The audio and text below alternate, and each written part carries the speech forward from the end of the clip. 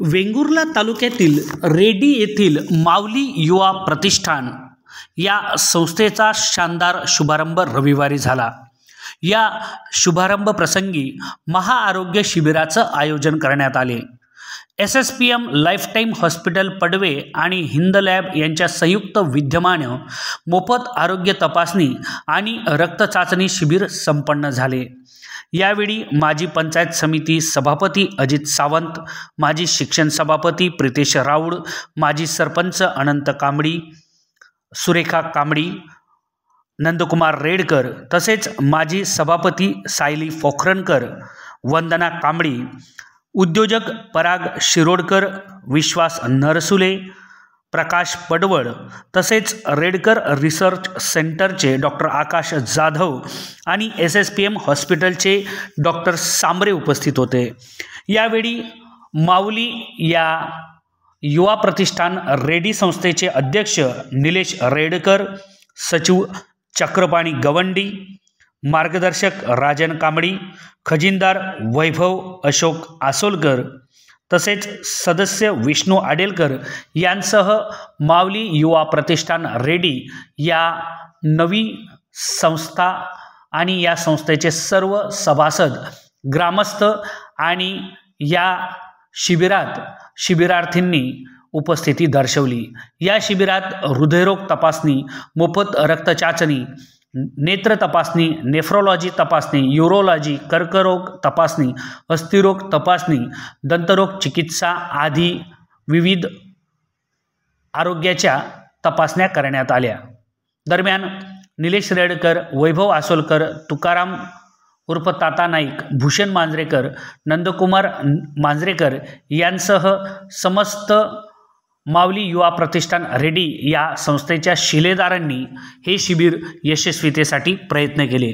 पाहूयात। राष्ट्रीय माऊली युवा प्रतिष्ठान म्हणून आम्ही जे प्रतिष्ठान सुरू केलंय ते रेडी माऊलीचा आशीर्वाद घेऊनच केलाय। आमचा उद्देश हा स्थापनामागे हाच आहे की रेडी गावातील जे सामाजिक, शैक्षणिक, रोजगाराचे विषय आहेत ते आम्हाला घेऊन पुढे चालायचं आहे। सर्वांना आता आम्ही ज्या प्रत्येक वेळी ग्रामपंचायतीमध्ये आम्ही मुद्दे मांडत असतो की रोजगाराचा विषय आहे, आरोग्याचा विषय आहे, शैक्षणिक विषय आहे, तो आम्ही घेऊन चालणारच आहोत, त्याच्यावर आम्ही काम करणार आहोत। आमचा कुठच्याही गोष्टीला विरोध नसेल तर चालू असलेल्या कामांना किंवा विरोधात असेल, आमची टॅगलाईनच आहे की विरोधाला विरोध नसेल, विकासास ध्यास असेल, ही आमची टॅगलाईन आहे। त्या टॅगलाईनच घेऊन आम्ही चालणार आहोत। मुळे आमचा उद्देशच तो आहे की रोजगार निर्माण करणे, गावातील ज्या पाण्याच्या समस्या आहेत, रोजगाराच्या समस्या आहेत, शैक्षणिक समस्या आहेत, त्या लोकप्रतिनिधींना घेऊन पुढे चाल करायची आहे। तसेच राजकीय म्हटल्यानंतर जे राजकीय आमचे गावातील जे राजकीय नेते आहेत, लोकप्रतिनिधी आहेत, चांगलंच काम करत आहेत, परंतु जे चुकत असतील तर त्यांना मार्गदर्शन आम्ही करणारच आहोत, त्यांचं आम्ही मार्गदर्शन घेणार आहोत। हाच मुळात उद्देश आहे। माऊली युवा प्रतिष्ठानच्या वतीनं आता आमच्या अध्यक्ष साहेबांनी सांगितलेले आमचे उद्देश जे काय आहेत ते एकंदरीत जी माऊली युवा प्रतिष्ठान आम्ही स्थापन केले वर्ष 1.5 वर्षापासून आम्ही प्रयत्नात होतो। माऊली मंदिर ते गणपती मंदिर त्यासाठी आम्ही एकत्र आलो। त्यावेळी ठरवलं की काहीतरी जर करायचं असेल तर संघटित होणं गरजेचं आहे आणि त्यातूनच मग ही आमची संघटना तयार झाली। आमचे सल्लागार असलेले कांबळे साहेबांनी याला मदत करून ही संस्था रजिस्टर केलेली आहे। मी आता या ठिकाणी एवढंच सांगेन की माऊली युवा प्रतिष्ठान, युवा हा शब्द ह्यात महत्वाचा आहे। रेडीतले जे युवा वर्ग आहे त्यांनी ह्या आमच्या संघटनेला लवकरात लवकर जॉईन व्हायचं आहे आणि ताकद कुठेतरी वाढली पाहिजे आणि आमच्या वतीने ताकदीने काम करण्याचा प्रयत्न आमचा निश्चितच असतो। अशा बरेच गोष्टी आहेत, रोजगाराच्या माध्यमातून, पर्यटनाच्या माध्यमातून रोजगार असेल किंवा रस्त्याचे विषय असतील, प्रायव्हेट स्टुडंटचा विषय असतील, ह्या सगळ्या गोष्टीसाठी आपण प्रयत्न करणार आहोत। आणि काही असे विषय असतात, म्हणजे काही दिवसापूर्वी आपण बघितलं असेल की सन्माननीय शिक्षण मंत्री ते प्रकाश केसरकर होते, त्यांना कुठेतरी चुकीची माहिती मिळाली आणि त्यांनी असं विधान केलेलं होतं की खाण कंपनी रेडीला बिसलेरी दर्जाचं पाणी पुरवठा करते। तर म्हणजे रेडीमधनं ह्या प्रतिक्रियेवर लगेच निषेध व्यक्त होणं गरजेचं होतं, मात्र कोणीही तेवढी हे केली नाही। पण त्यावेळी आमच्या माऊली युवा प्रतिष्ठानच्या माध्यमातून आम्ही एक प्रेस घेतली आणि त्यामध्ये आम्ही जाहीर केले की ही जी गोष्ट आहे ती चुकीची आहे। अशा प्रकारे चुकीचं विधान केलं, जी माहिती जर रेडीबद्दल यापुढे कोणी पसरवत असेल त्या विरोधात माऊली युवा प्रतिष्ठान नक्कीच काम करणार आहे आणि सगळ्यात महत्वाचं म्हणजे ग्रामसभा हा प्रत्येक ग्रामपंचायतीमध्ये महत्वाचा विषय असतो. त्यामध्ये जनजागृती होणे खूप गरजेचं आहे. त्यामुळे रेडीतील ग्रामस्थांनी युवा वर्गाने या सगळ्या गोष्टीचा विचार करावा आणि या ग्रामसभामध्ये देखील येऊन आपले प्रश्न मांडावेत आणि ते सोडवावेत. माऊली युवा प्रतिष्ठान म्हणून आम्ही सदैव एकत्रित राहून या सगळ्यासाठी काम करणार आहोत.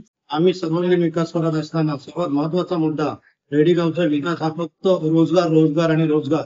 हा रोजगार रेडीगाव ही इंडस्ट्रियल एरिया आहे आणि इथं रेडीगावच्या लोकांना सर्व हायर एज्युकेटेड लोक असणाऱ्या लोकांना सुद्धा व टेक्निकल लोक असणाऱ्यांना सुद्धा रोजगार नाही आणि हा रोजगार उपलब्ध करण्यासाठी ही माऊली युवा प्रतिष्ठान हिरिरीने भाग घेईल. आणि दुसरा महत्वाचा मुद्दा की उद्योजक जे आहेत, आज रेडीतही उद्योजक तयार आहे. अशा उद्योजक का मागे राहतात तर त्यांना शासनाची जी लायसन्स, जी उद्योजकाची लायसन्स, टुरिझमची लायसन्स ही इझी अवेलेबल होत नाही आणि ही इझी अवेलेबल होण्यासाठी प्रशासनाने ग्रामपंचायत या माध्यमाने जर प्रयत्न केले तर रेडीचं उद्योजक निर्माण होतील आणि उद्योजक निर्माण करणं हे सुद्धा आमच्या माऊली युवा प्रतिष्ठानचं एक ध्येय असेल. आज सांगितल्याप्रमाणे अध्यक्षांनी बऱ्याच काही गोष्टी माऊली फाउंडेशनच्या वतीने सगळ्यांना सांगितलेल्या आहेत. आमचं मुख्य आणि मेन उद्देश, आमचा मेन टॅगलाईन जी आहे, विरोधाला विरोध नसेल आणि विकास हाच द्यायचा असेल. कुठच्याही गोष्टीला, चांगल्या गोष्टीला आमचा कधीच विरोध नसणार आहे. नाही पूर्वी होता, नाही नंतरही असणार आहे.